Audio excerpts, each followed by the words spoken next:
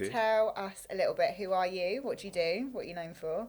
Yeah, sure. So I started my first coaching and consultancy business 22 years ago, scaled it from £30 to £3 million and retired at 32. And then I realised that there was only so much Fresh Prince of Bel-Air you can watch. And lots of people are asking me for coaching and consultancy advice. So then I started a company called Money Mastery, and now I help business owners to scale and accelerate their growth faster than they ever thought possible. Nice. So 30 to 3 million. Mm-hmm. What business was this? So this was a coaching business. I originally started out as a football coach, and then I realised that was somewhat of a saturated market. Everyone around me at the time was doing it when I was 17. So then I started to coach wider sports. I wanted to really get girls into sports as well, and I just realised that, well, all these boys are playing football. What are the girls doing?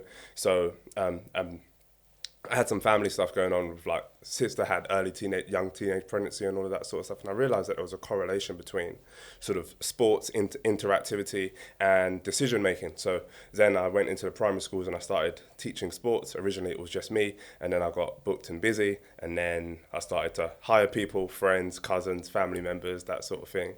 And then over time we scaled that from not just doing sports and then physical education, but then we started to add more services to it: music, art, drama, French, Spanish, and we started to hire teachers in, follow our system, follow our processes, and then we ended up with a team of up to 150 staff across over 100 schools. And that was how many years?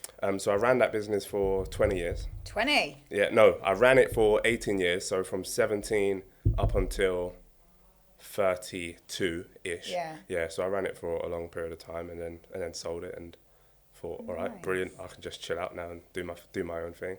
And then sharing those stories on Instagram, you know, how to run a business, how to scale a business, how to become financially free and all this sort of stuff. And people were like, oh, have you got a course? Have you got a program? Have you got this? Have you got that? And I was like, no, I'm chilling out. I'm really leaving me alone. And then over the period of about 6 months, I think that was the full length of my quote unquote retirement period. And then I started coaching people. I did my first event in October 2020.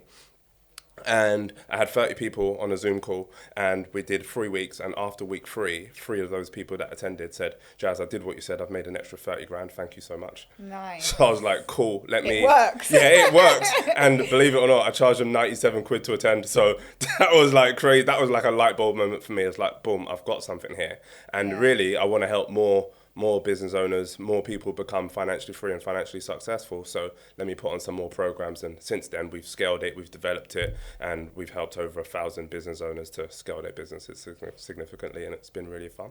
Wow. Okay. So let's go back to your consultancy business in football, because I know that we were talking about this before camera, weren't we? About, like, even me in business right now. So I've been in my industry for 15 years and I'm like, where am I going? Like, when is this going to stop? Is there going to be some, like, I haven't put that kind of break in, or I didn't build to sell. That wasn't my intention at the beginning. And I'm guessing yours was a similar journey in that you just kind of fell into doing what you're doing. Indeed, yeah. And 17 years later, you're like, wow. Yeah. So what was that journey like from when you started to like, you know, building that momentum to actually then making that decision to want to change? Yeah, it was, first of all, it was fantastic because it was me building a team organically. It was me learning everything that I needed to learn.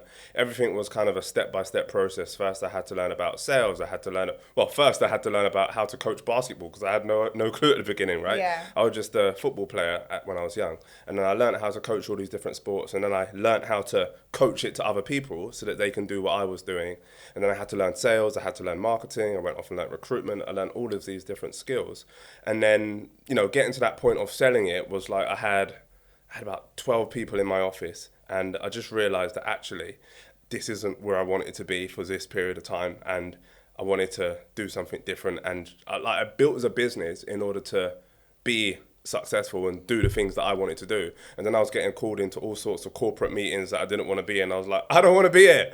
And even though I had a commercial director, finance director, and an operations director, I was still getting dragged into various things. And at that particular time, being inexperienced, being at the age of about 27, I didn't know how to handle those situations as well as I do now. So I was like freaking out a little bit, and I was like, do you know what? Let me park this business off to the side and let me do something different. And I felt like we hit a capacity in that business where we couldn't take it any further at the time with the skill set that I particularly had as the founder. And I thought, you know what, now's a great time to actually sell it while it's going well. And do something different. Yeah, and I wonder how many people actually fall into that same thing of like you start doing something from a place of passion and then it grows and then you kind of make these decisions of what do I want to do next. And do you find like lots of people that come to you for kind of coaching and mentorship now, that's been a pattern for them? And is that an entrepreneur's journey generally, or? Sometimes it's completely different. Sometimes it's, I had a passion for this and I've now turned it into a business. What I found is very, very consistent is that they're very talented and skilled at the particular thing that they do. However, they lack the business acumen, they lack the sales processes, the marketing processes, the leadership processes to actually lead a team effectively so that that team becomes scalable and the company becomes scalable as well. Yeah. So what would you, so you've obviously you had quite a people heavy business. So how do you scale a people-heavy business? Replication. So it's all about systems and processes. Like for us, when we used to teach physical education, for example, we had a book on it. Everyone had to go through the book. Everyone had to go through the training process. Music was the same thing. We hired our first music teacher and I was like, you're good. Can you write a book on it? She wrote the book on it and then gave it as a guide to, and then we obviously partnered with that and co-wrote it together in some way. She did obviously the technical side of stuff. I did more of the oversight stuff to make sure that it was consistent with the brand and everything like that. And that's how you scale it, is by having those processes, having a guide, a manual, resource for them to follow, and then a training program for them to follow as well, so that everything is consistent throughout the team.